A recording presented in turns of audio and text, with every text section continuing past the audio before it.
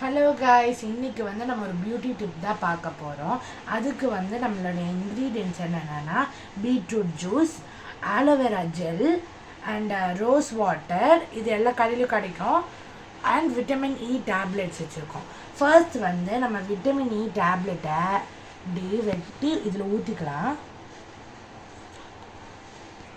இப்போ எல்லா vitamin D டேப்லெட்ஸும் உள்ளே போட்டேன். மொத்தம் நான் 5 போட்டிருக்கேன். அடுத்தது வந்து நம்ம ஆலோவேரா ஜெல் போட்டுக்கலாம். இப்போது இந்த ஸ்பூன் 4 ஸ்பூன் நீங்கள் எவ்வளோ வேணாலும் போட்டுக்கலாம். உங்கள்கிட்ட எவ்வளோ பீட்ரூட் ஜூஸ் இருக்கோ. இனி அடுத்து தான் நம்ம வந்து இந்த ரோஸ்மேரி வாட்டர் தான் ஊற்ற போகிறோம். சாரி கைஸ், இது ரோஸ்மேரி வாட்டரில் ரோஸ் வாட்டர். கொஞ்சம் வாய் கொலரிடுச்சு, மன்னிச்சுக்கோங்க. இப்போ நம்ம இந்த ரோஸ் வாட்டர் கொஞ்சம் உள்ளே ஊற்றிக்கலாம்.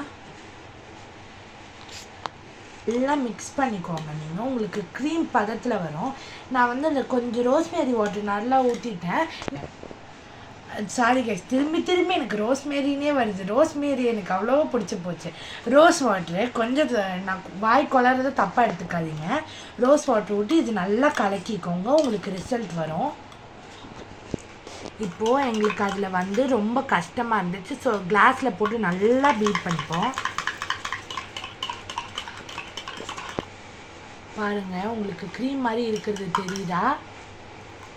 நல்லா திக்காக இருக்குது. இன்னும் கொஞ்சம் நேரம் நல்லா பீட் பண்ணிப்போம். அப்போ நம்மளுக்கு இன்னும் கொஞ்சம் திக்காகும். இப்போ இது நல்லா இங்கே பாருங்கள், க்ரீம் பதத்துக்கு வந்திருக்கு நம்மளுக்கு. இது வந்து நீங்கள் குளிக்கிறதுக்கு 1/2 hour இல்லாட்டி 45 minutes இல்லை 30 minutesக்கு முன்னாடி போட்டு வச்சுட்டு அப்புறமா கடலை மாவு இல்லாட்டி அரிசி மாவு போட்டு நல்லா தேய்ச்சி குளிங்க. சோப் கண்டிப்பாக யூஸ் பண்ணாதீங்க. நீங்கள் காலையில் இது போட்டால் ரொம்ப உடம்பு நீங்கள் அப்படியே பளபளன்னு இருப்பீங்க. இது யூஸ் பண்ணிட்டு எப்படி உங்கள் ரிசல்ட்ஸ் இருக்குதுன்னு எனக்கு கமெண்ட் பண்ணுங்கள். ஓகே, பாய்.